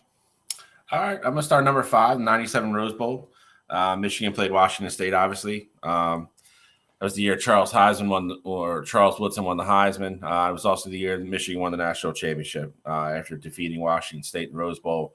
Obviously, being a Michigan fan that young, and predominantly my family, huge Penn State fans. There was a lot of bragging rights that winter, so it was that was a fun winter for me. And obviously, hoping for them to get back there this year, but that's one of the first significant, really big wins for me as a sports fan. Obviously, being that young. Second one is Eagles Broncos. I gave Charlie the wrong date. It's supposed to be 1992, not 2002. That's my fault, though. This is significant for 2 reasons. This is the first time I ever went to a sporting event with my dad. And he also pulled a lot of strings to get tickets to this game. Because if anybody who's watched the show for the last 3 years, John Elway was my favorite player growing up. So to be able to watch that game, watch him come in, and play against that Eagles defense with Reggie and all those people and experience walking into the vet for the first time as a 12-year-old was a special thing for me. Number 3 is going to piggyback on that. I really started I got into hockey kind of a young age, which I feel is not necessarily the norm all the time. In 93, the following year, Dad took me to my first hockey game. Flyers played the Hartford Whalers. They won 5-4 in overtime. Same kind of thing. First time I ever walked into the Spectrum. It's weird when you go to these places now, and when you're a kid, they seem so much bigger, and everything seems, larger than life. And then you go in as an adult, and you realize you lose a lot of that. You walk in and just kind of, when you're an adult, you can go to any game you want to go to, as long as you can buy a ticket. When you're younger, obviously you rely on your parents to purchase those tickets, to drive you. So, you realize you can never get those times back. So 3 and 4 are very sentimental to me. Number 2 and 1 are almost interchangeable. But number 2, obviously, being a diehard Philly fan, just like Gene is, you pray that at some point in your life you get to watch them all win, their respective championships. So number 2 for me was obviously Super Bowl 52, the Eagles versus the Patriots, to beat Tom Brady and that team, and finally have it sink in. You got to watch a Super Bowl victory. Was super special to me. I watched that with a whole group of my friends at a bar that was packed, and the atmosphere just made that incredible. That is something I will never forget. The number 1 for me, again, if you know me, baseball is my one true love. Phillies were really good when I was young. They won the World Series, the year I was born and when I was really young. So for them to finally win it, to be able to watch it as an adult, be there at Game 5, and again, celebrate it with friends and just be down around the stadium when that happened and be in that atmosphere. It is absolutely the number 1 sports memory that I'm thankful for. I've picked 5 specific moments, right? So we all did this. It's a literal thing. We can do it any way we want to do it, but I picked 5 specific moments. December 10th, 1995. Barry Switzer and the Dallas Cowboys are playing at Philadelphia. It's a 17-17 game, back and forth. Dallas dominated the majority of the game. Philadelphia came back. It's a 4th and 1. The Dallas Cowboys have the best offensive line in football with the best running back in football in Emmitt Smith. There's 2 minutes and 3 seconds left on the clock. Ball gets snapped at around 2:01, 2:02, and the Philadelphia Eagles stuff Emmitt Smith at basically at Dallas's own 30-yard line. They went for it on their own 30. That's how disrespectful this Dallas Cowboys team was. And the Eagles stuffed them. and it gets blown dead for the 2-minute warning. Everyone in Philadelphia thought it was fixed. Dallas got every call in the world. They were pissed. Even John Madden and Pat Summerall were like, there's no way they should have stopped that play. Come out of a timeout, and guess what? Barry Switzer's going for it again. And I'm going to give you Merrill Reese on the call. Aikman drops back, hands to Emmett, and they stuffed him again! They stuffed him again! And the Philadelphia Eagles took over at the 30-yard line, ran the clock down, kicked the game-winning field goal. That's my number 5. Loved every moment of it. Number 4, I got 2 from the Phillies' 2008 run. I couldn't leave this one off. Philadelphia Phillies are losing the game 5-3 to the Los Angeles Dodgers. Pivotal game 4. Pivotal game 4. It's 2-1 in the series. They're about to tie it up at 2. It's 5-3. Victorino comes up and hits a 2-run homer to tie the game in the 8th inning. Jonathan Broxton, the huge closer for the Los Angeles Dodgers, is in the game. A walk and then a pinch hitter for the number 9 hitter was Matt Stairs. And Joe Buck, don't like him that much, but he had a hell of a call on this one. Stairs hits one deep into the night, and the Phillies take a 7-5 lead. Phillies go up 3-1, end up winning the series, winning the World Series, but we'll talk about that later. Number 3, the miracle at the New Meadowlands.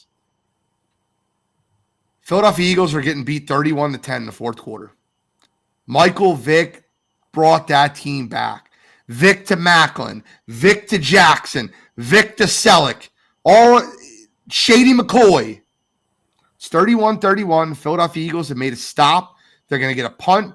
There's 13 seconds left on the clock. Giants coach at the time, Tom Coughlin, is telling them to punt the ball. Matt Dodge was the punter. Punt it out of bounds. He misses it off the side of his foot. It bounces. Bobbled. Deshaun Jackson picks it up. He makes the man miss. He can go. There's no flags on the field. Jackson's going to score. Running around. And the Eagles win. Walked off. The miracle of the Meadowlands. The New Meadowlands. Eagles, Giants, number 3. Number 2. I gave you a specific moment for every single one. The Phillies won the World Series, but I'm going to give you the exact moment. Lid sets. The 0-2 pitch. Swing and a miss. He struck him out. The 2008 Philadelphia Phillies are world champions of baseball. That moment, wearing my matching Phillies hoodie with my dad, went to Frankfurt and Kottman and celebrated the World Series. It was incredible. There's only one moment that could top it. Ever since we were kids, we always watched the Eagles, no matter what the situation was. Me and my dad would always watch the game together, and Super Bowl 52 was no different. I actually have a very embarrassing story to tell you guys about that game. When Carson Wentz got hurt, I gave somebody 10-1 odds that the Eagles wouldn't win the Super Bowl. He's like, I'll bet $50 to your 500. The Eagles won the playoff game versus Atlanta. They won the playoff game versus the Vikings. Well, they're never going to beat Brady and Belichick with a backup quarterback in Nick Foles. In fact, in week 17, I was calling for them to go for a third-string quarterback because Foles just had a terrible performance on Monday Night Football versus the Raiders. Get to the Super Bowl, and the Philly special happens, and the Eagles are winning, and here comes the evil empire. Here come the Patriots. Touchdown, Gronkowski. The Eagles come back. They score a touchdown to Zach Ertz. Take a 38-33 lead. That's not enough versus Tom Brady. There's still 2 minutes and change left, and they only need a touchdown. You're talking about a guy that just came back from 28-3 the year prior. The snap. Graham gets in the backfield. He strips Brady. Barnett recovers. And the Philadelphia Eagles are world champions. They kicked the field goal to go up 8, to go up 41-33, and they won the Super Bowl. Watched that with my dad, got into Frankfurt and Cotman. Got to see a parade. I can't express to you how amazing that moment was. So on this Thanksgiving Eve, I'm going to be thankful for those moments. Went a little bit emotional there. Got a little hype. All right, guys. You got to be kidding me this week. Do you guys have one? How are we looking? I don't. Not going to lie to you either. I feel like normally I do have them. This week, got nothing. Well, I have one. I didn't have one either. Yours is great. I didn't have one either until 9/11 this morning. November 22nd, 2023. Jim Irsay cites, I'm a white billionaire and I was prejudiced against myself. I was being prejudiced against because I'm a rich white billionaire. If I'm just an average guy down the block, they're not pulling me in. Of course not. I don't care what it sounds like. It's the truth. I could give a damn what people think, how anything sounds or sounds like. The truth is, I know the truth. And I'm a rich white billionaire. And that's why they pulled me in for a DUI. You know, Jim, if you worked your ass off to earn that $1 billion and you knew what life was like to grow up not rich, no, your daddy handed you down the team in 1984. Let's not pretend that you earned that money or you earned that situation that you're in. I'm a rich white billionaire so I can drive drunk. No, jerk. If you were an average Joe, if you were me, you'd be in jail. You'd be in jail for 31 days. You'd be sitting in the drunk tank. DUI is not something to play around with. And for you to cite that you're a rich white billionaire and that's the only reason you got in trouble for a DUI, you're an asshole. I'm sorry. I try not to curse much on this show, but you're an absolute jackass. I can't stand a word that comes out of your mouth. And for this week, you've earned my you got to be kidding me. Come on, you got to be kidding me. Friggin' jerk off. Guys, I have final thoughts. Do you have final thoughts? I do. I mean, I got some quick, with it being Thanksgiving, I'll just get it out the way. Let you guys have your time.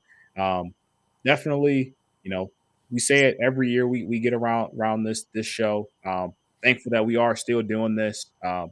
Obviously, we've come a long way, not just with the content, but with the different circumstances surrounding it. Obviously, we used to be in studio, and I'm not there anymore, and studio stopped being there, and just different hitches along the way. We found a way to still do it every single week, regardless of what was going on. Even if one of us missed, we still have been able to put out a show every single week for 163 weeks straight. So I'm thankful that we got a chance to do that.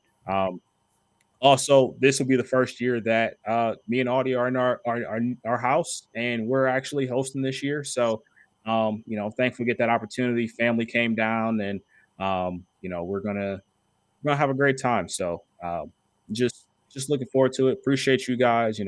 Appreciate all the support we get. I'm wishing everybody out there happy Thanksgiving.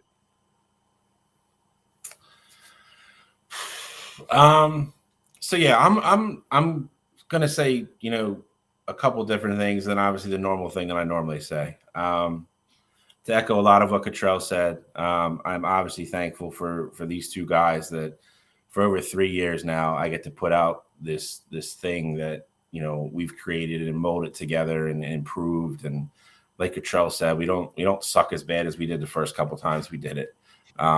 It's gotten better, and we're still here, and a lot of that has to do with not only our own passion for this, but the will to want to do this together and make it together, but also because of all the people that listen to this on a weekly basis and share it and make it bigger than it is the week before.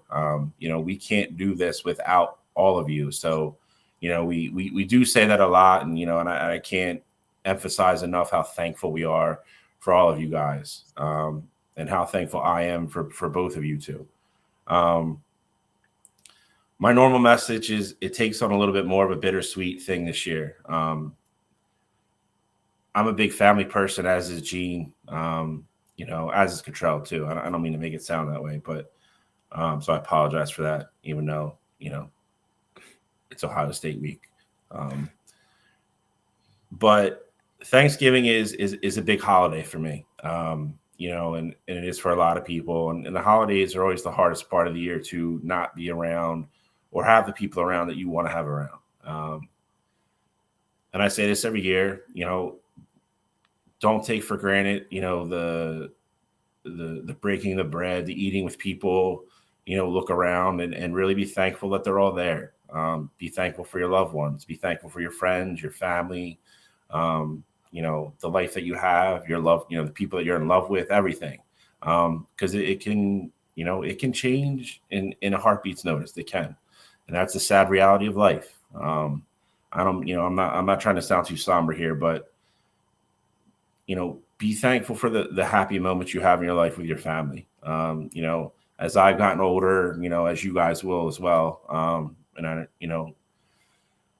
the people that you grew up with thinking that we're going to be there forever, not always there. And it's a tough, it's a tough reality of life to accept. And the holidays always magnify that and make it the worst. So me and Gene know somebody who lost her partner last night unexpectedly from the league that we play softball in. And Fern, I don't know what to say. I'm sorry.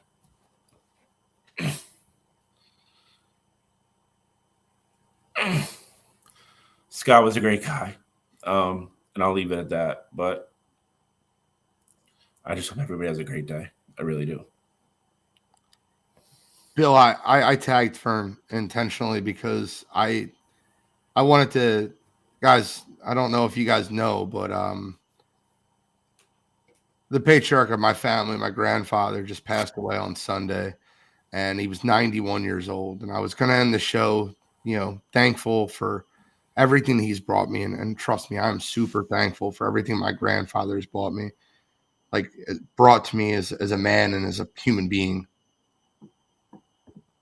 I heard of the news of Scott this morning, and my heart breaks for the Lyon family. My heart breaks for Fern.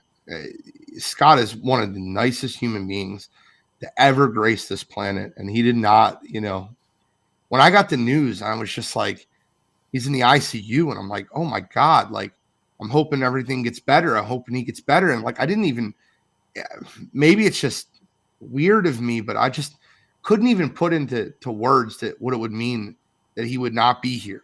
I thought he would, he'd have to recover and he would get the help that he needed, and he'd be home soon. Got the terrible news this morning at 6:55, and I wanted to end the show just asking for anyone that's out there to please say a prayer for Fern, say a prayer for her family, say a prayer for Scott's family. Scott was taken from us late last night, and it absolutely breaks my heart. It breaks my freaking heart. Because if you've seen Fern and Scott, you know that they're like the nicest people on the planet. And no one deserves to go through a pain that they're going through right now this morning. I'm thankful for my family. I'm thankful for all the Wire2Wire listeners. I'm thankful for every single person that checks out this show every week. But the holidays are sometimes a time to celebrate with your family. But I want you to remember they're also some of the toughest times in the world. And in 2019, I went through that tough holiday stretch without my father. And I can't even fathom what Fern and the Lyon family are going through this morning, today, and this holiday season. So I wanted to give a special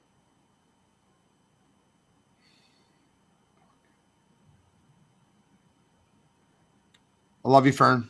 And whatever you need, anything you need, we're here for you. And to my Aunt Lori, my Aunt Joy, my Uncle Gary, and the rest of the Walzak family, rest in peace, Eugene Walzak Sr. And to Fern and the Lion family, rest in peace to Scott, one of the nicest human beings on the planet. Sorry to end the show on such a somber note, but there's no way we couldn't touch on either one of those things. Anything else? Anything needs to say? No, that Cottrell though, hosting this year. Have to give Liz credit. The work that she's put in, and the spread that she has prepared for my family and Katie and Travis and little JD and my mom and everybody. It's exciting. So I'm with Cottrell in that boat. I like starting new traditions. So I'm excited for that tomorrow. So just wanted to make sure that was acknowledged as well, because she's been running around like a crazy person this week. So, well, thank you, and I'm thankful to have you two amazing gentlemen that I get to do this show with every week.